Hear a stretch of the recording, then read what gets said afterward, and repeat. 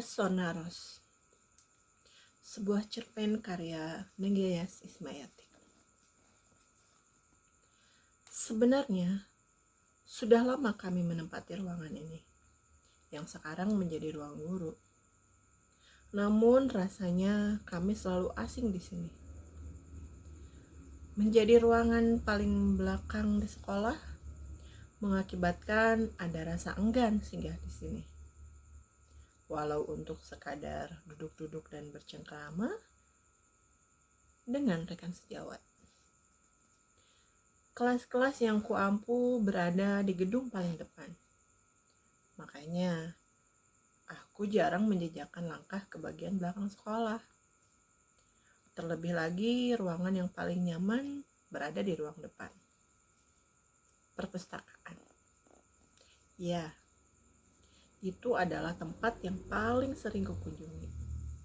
Selain untuk membaca dan tempat menuangkan ide, aku juga sering berbagi kisah dan pengalaman dengan kepala perpustakaan yang merupakan salah satu guru senior di sekolah ini.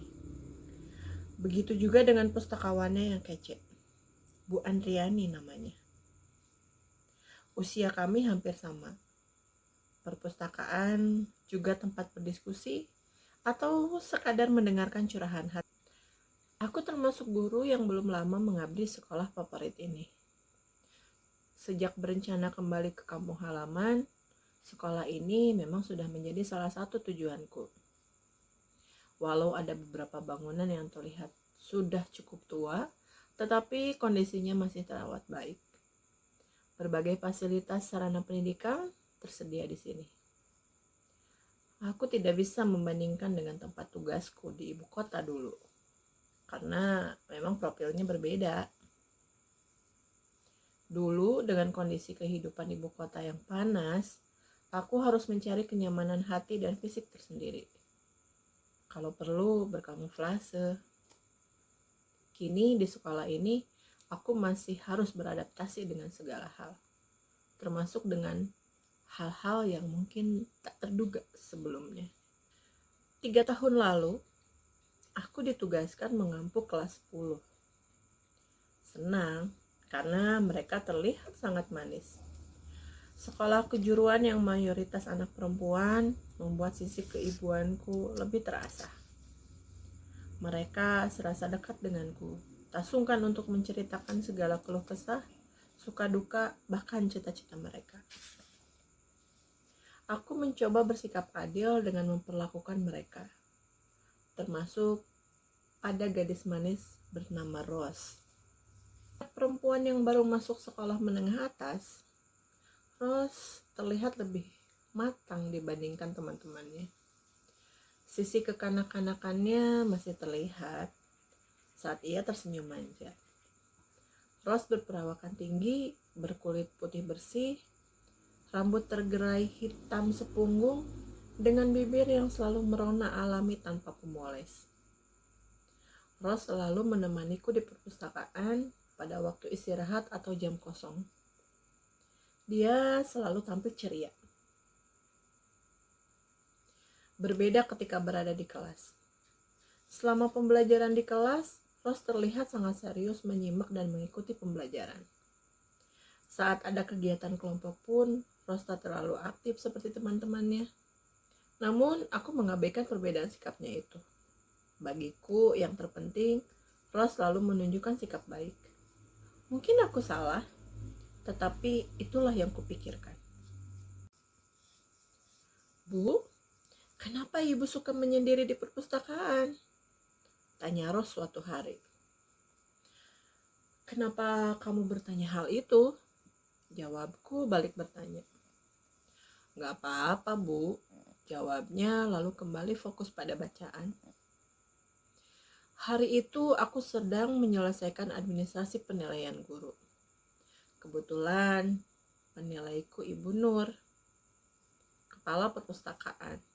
Jadi ambil pusing dengan pertanyaan Ros. Maaf ya Ros, Ibu tinggal dulu sebentar, kataku padanya. Ros hanya mengangguk pelan. Tak berapa lama, aku kembali ke tempat kami tadi mengobrol. Takut temukan Ros. Padahal jam masuk kembali ke kelas masih 5 menit lagi. Ku coba menanyakan hal itu pada Bu Andriani. Nggak ada siapa-siapa kok di lorong itu. Mungkin sudah kembali ke kelas, jawab Bu Andriani sambil menatapku. Lorong yang dimaksud adalah deretan rak di bagian belakang ruang perpustakaan yang biasa aku dan Ros tempati kalau sedang di sana. Bu Andriani sudah paham betul kebiasaanku di lorong itu. Oh, oke, sahutku. Kebetulan aku masuk pelajaran di kelas Ros. Takut temukan dia di sana. Kemana anak itu? Sampai jam pelajaran berakhir, ia tak juga muncul. Seminggu berlalu, aku masih belum bertemu Ros. Minggu ini memang sedikit menguras waktu dan tenaga. Berbagai tuntutan pekerjaan, selain mengajar di kelas, harus segera selesai. Aku pun sedikit melupakan Ros. Sesekali aku melihatnya melintas, tetapi kubiarkan dia berlalu karena tangguh. Berbagai tuntutan deadline ini membuatku terpaksa mengalihkan tempat kerja ke ruang guru.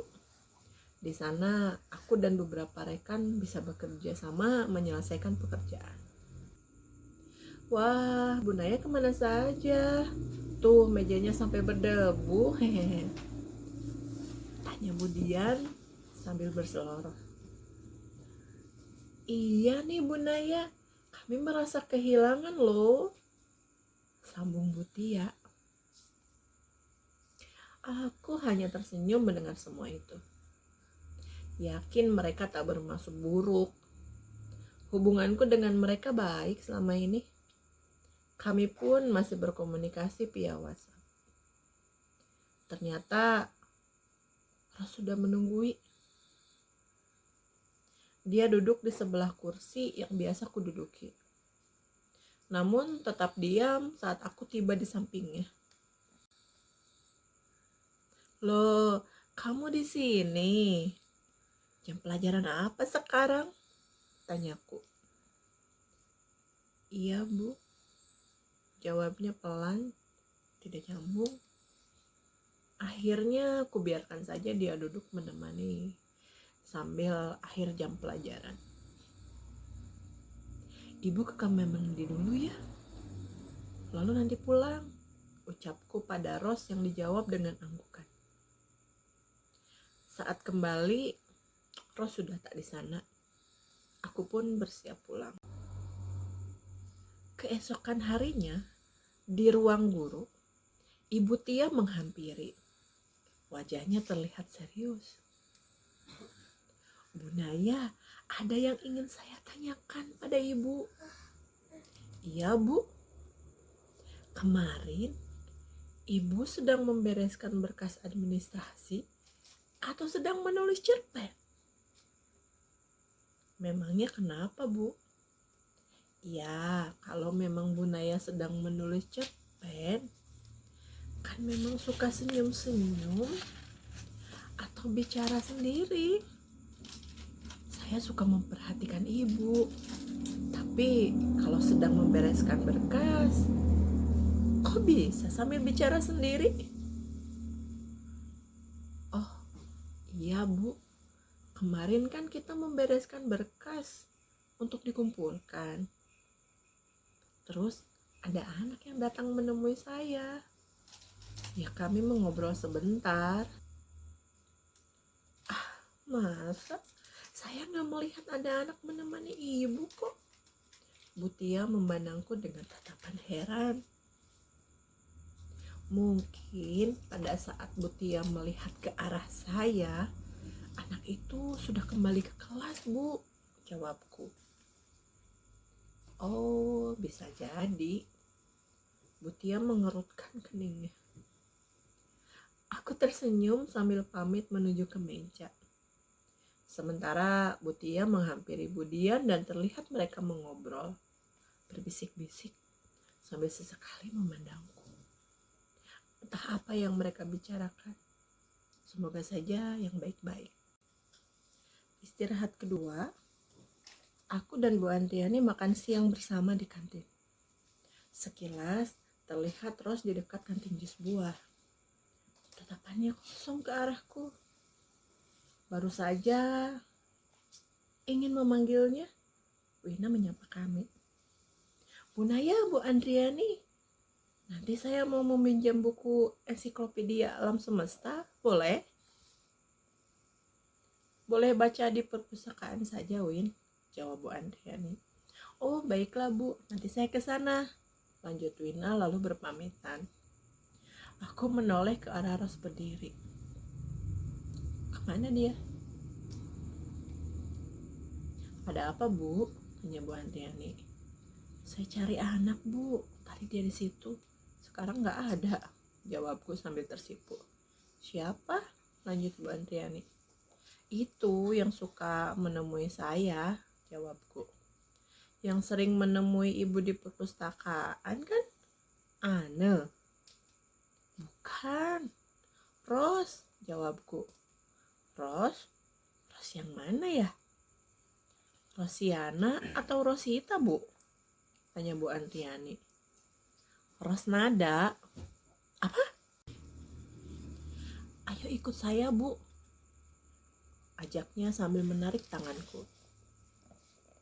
Setibanya di perpustakaan, Bu Andriani meraih kederetan buku kenangan sekolah sambil menyodorkan sebuah buku kenangan tahun 2000 padaku.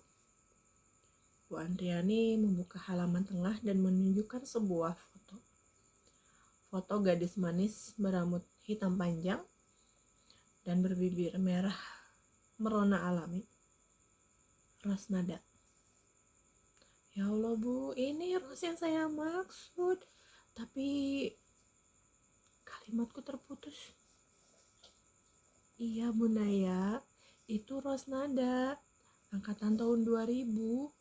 Buku kenangan ini seperti biasa akan dibagikan pada saat perpisahan kelas 12. Tapi Rosnada gak pernah sampai di acara itu. Sebuah truk menyeruduk mobil yang ditumpanginya bersama orang tuanya. Mereka meninggal di tempat kejadian. Jelas Bu Andriani yang membuatku luruh dan meneteskan air mata. Jadi selama ini kembali tercekat kata-kataku di tenggorokan. Iya, Bu, Rosnada memang suka menghabiskan waktu istirahatnya di perpustakaan, seperti halnya Ibu, lanjut Bu Andriani sambil mengelus punggungku. Iya, Bu, terima kasih, pungkasku karena tak sanggup lagi berkata-kata. Sudut mataku menangkap siluet sosok Ros berdiri sambil tersenyum padaku, lalu menghilang perlahan.